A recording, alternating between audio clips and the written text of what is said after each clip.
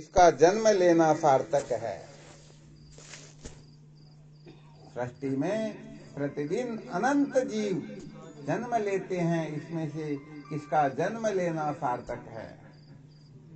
और दूसरा प्रश्न प्रस्तापित करते हैं, सृष्टि में प्रतिदिन अनंत प्राणी मृत्यु को प्राप्त हो जाते हैं, इसमें से किसका मरना सार्थक है। वैसे देखा जाए तो यदि इस रहस्य को कोई ठीक तरह से समझ ले तो समझो वो सदा सदा के लिए कृतार्थ हो जाता है। उनकी अनंत अनंत जन्मों की साधन भजन सफल हो जाते हैं। सचमुच में उसे फिर किसी प्रकार का दुख कष्ट संकट जन्म मृत्यु की श्रृंखला इन सबसे वो सदा सदा के लिए छुटकारा प्राप्त करके अपने आप को धन्य बना लेता है। वास्तव में देखा जाए तो हमें इस बात का पता ही नहीं है तो वास्तव में ये मानव जीवन किस प्रयोजन के लिए मिला हुआ है, और ये जन्म जो होता है क्यों होता है, इस जन्म के मूल में उद्देश्य क्या है, तात्पर्य क्या है, क्या कारण है कि हम बार बार माँ के गर्भ में उल्टे लटकते ही रहते हैं। इससे छूटने का उपाय क्या है। इसीलिए तो संकेत किया गया किसका जन्म लेना सार्थक है और किसका मरना सार्थक है। वैसे देखा जाए तो ये जो रहस्य हैं, बिना संत महापुरुषों के सानिध्य के, बिना सत्संग के कोई कल्प कल्पांतर तक भी कुछ भी करके समझना चाहे तो कभी समझ सकता ही नहीं। समझो ये सत्संग जो है ना, संत महापुरुषों का संग, यही वह मृत औषधि है जो हमको सचमुच में जन्म और मृत्यु के बंधन से छुड़ा दे अथवा जन्म और मृत्यु को सार्थक करवा दे। इसीलिए तो कहते हैं ना, जल पवित्र थल पवित्र पवित्र गढ़ और ग्राम, संत दास ज्या का घर पवित्र जगह संत करे विश्राम। धन जननी धन भूमि धन धन नगरी धन देश, धन करणी धन सकल धन जहाँ साधु प्रवेश। सच्ची बात कही जाए तो संत महापुरुषों का संग बड़े भाग पावही सत्संगा, तीनों प्रयास होए भव भंगा। अरे अनंत जन्मों के जब पुण्य जागृत होते हैं तब ये सत्संग संत महापुरुषों का सानिध्य प्राप्त होता है। और संत महापुरुषों का संग जो है मूल सहित समस्त बीमारियों को, समस्त रोगों को नष्ट कर देते हैं। ऐसी बहुत सारी औषधियां होती हैं जो बीमारी को मिटा देती, परंतु बीमारी के मूल को नष्ट नहीं कर सकती है। ये संत महापुरुष जो है कहते हैं ना, गंगा पापम शशि तापम देनम कल्पतरुष्टता, पापम तापम देनम च रेत साधु समागम। गंगा जो है स्नान करके यदि प्रार्थना करे, हे माँ मेरे पापों को नष्ट कर देना, तो माँ उसकी प्रार्थना को स्वीकार करती हैं। परंतु वापस आकर के पाप करने लग गए तो पहले वाला और ये सारे के सारे भुगतने होते हैं।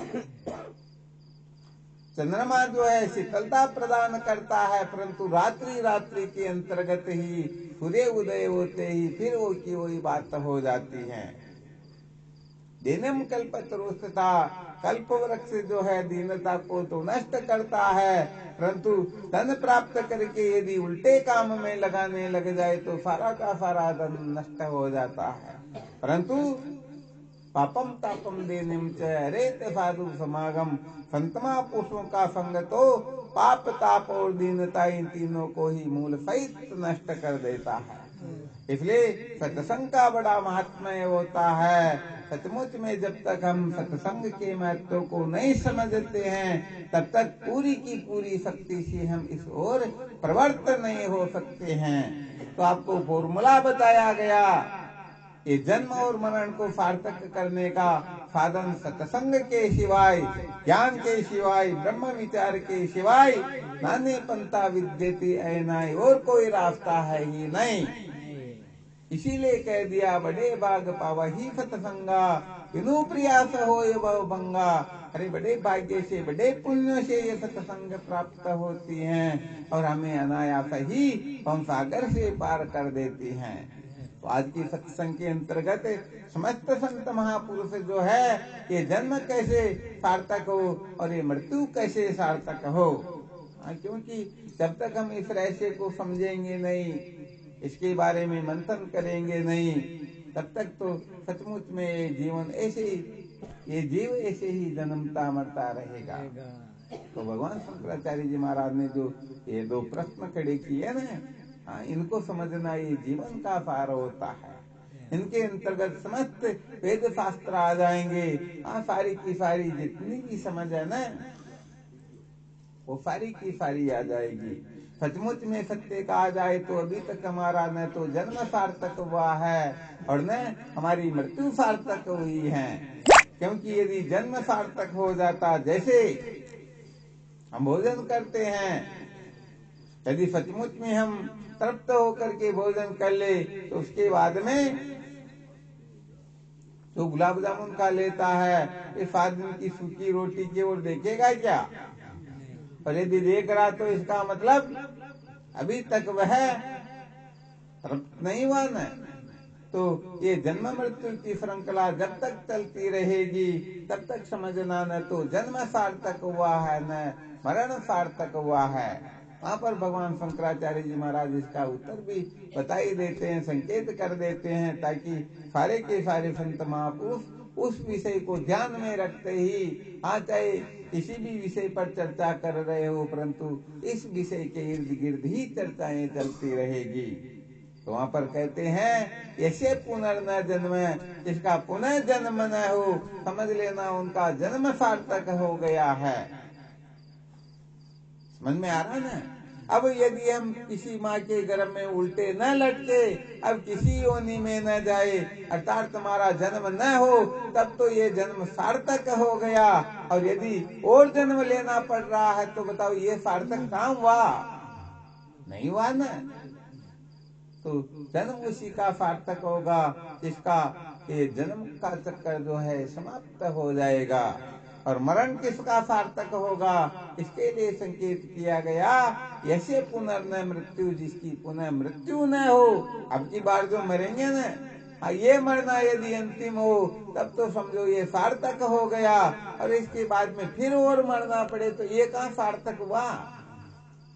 कपड़े को अच्छी तरह से धो लिया परंतु फिर और धोना पड़ रहा, इसका मतलब पहले जो धोया वो सार्थक नहीं हुआ, इसीलिए तो और धोना पड़ रहा ना। तो यहाँ पर जन्म और मृत्यु कैसे सार्थक होती हैं, जन्म और मृत्यु के ऊपर हम विजय कैसे प्राप्त कर सकते हैं, यहाँ से कैसे छूट सकते हैं, क्योंकि ये सत्य समझ लेना चाहिए। यह चेद वेदिदत्त सत्यमस्ति न चेद यह वेदिर्मति विनष्टि। ये मानव देह प्राप्त करके जन्म मृत्यु की श्रृंखला से मुक्त हो गए अथवा सत्य का साक्षात्कार कर लिया, तब तो समझो उसका जीवन सार्थक हो जाएगा। और यदि ये नहीं कर सके तो उनका महान विनाश हो जाएगा। महान विनाश किसको कहते हैं? पुनरपि जननम पुनरपि मरणम पुनरपि जननी जठरे शयनम, ये संसारे खलु दुस्तारे कृपया पारे पाही मुरारे। अर्थात बार बार जन्म ना मरना और माँ के गर्भ में उल्टे लटके रहना। तो भाई सच्ची बात तो ये है, अपने को वो विस्मृत हो गया ना, 84 लाख योनि के दुख कैसे खतरनाक होते हैं। इसलिए हम मौज मस्ती मनोरंजन में रह करके न करने योग्य कर्मों को करते और करने योग्य उसकी परवाह ही नहीं करते। हालांकि इस जगह पर हम उत्तीर्ण हो जाएंगे तो जन्म मृत्यु की श्रृंखला से छूटने की LKG को हम उत्तीर्ण कर लेंगे। ऐसा मत समझ लेना कि हमने कर्मानुष्ठान कर लिया, सारे के सारे पाप कर्म जीवन से पलायन कर गए तो हम अब जन्म मरण की श्रृंखला से मुक्त हो जाएंगे। अभी तो ये LKG में एडमिशन हुआ है। सच्ची बात कहे तो बिना ज्ञान के दुख नाश का उपायांतर कोई होता ही नहीं।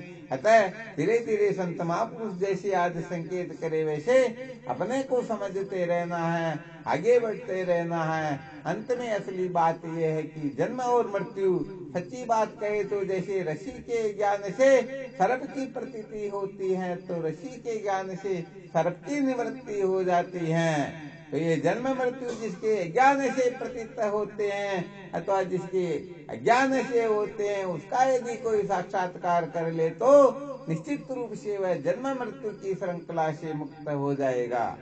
तो सभी संत महापुरुष केवल और केवल मात्र जन्म मृत्यु की श्रृंखला से मुक्त होने के लिए, सत्य के साक्षात्कार के लिए, ऐसे देखा जाए तो संत महापुरुष जो भी उपदेश करेंगे ना, वो साधकों के कल्याण के लिए ही है। क्योंकि कोई अंतःकरण की शुद्धि का उपदेश कर रहे फिर भी उनका उपयोग होता है, कोई अंतःकरण की निश्चलता का उपदेश कर रहे फिर भी उनकी आवश्यकता होती है, कोई तत्व जिज्ञासा जागृत कैसे होती है समझा रहे फिर भी, क्योंकि ये अज्ञान की जो निवृत्ति होती है ये तो सचमुच में उत्तम जिज्ञासु को ही सुलभ होता है। हाँ, बाकी अज्ञान की निवृत्ति न करके अज्ञान को और बहुत ज्यादा बढ़ा देते हैं। तीर्थ में जाते हैं पाप उतारने के लिए, 9 मण उतारने के लिए ले जाते हैं और 10 मण और लेकर के आ जाते हैं। तो यहाँ पर युक्ति पूर्वक जो चलेंगे वह साधक निश्चित रूप से सत्य का साक्षात्कार करके कृतार्थ हो जाएंगे। बोलो सच्चिदानंद गुरुदेव की।